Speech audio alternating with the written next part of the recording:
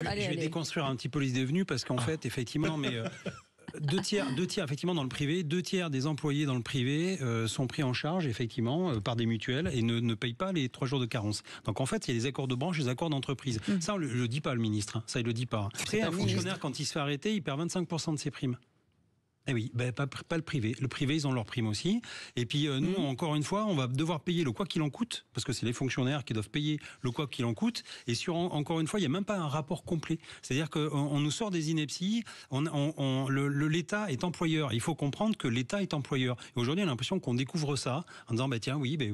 Et donc l'État est employeur. Et donc du coup, je rebondis sur les RPS, les risques psychosociaux. Travail, en fait. Il y a le mal-être au travail parce qu'il y a aussi un manque d'effectifs.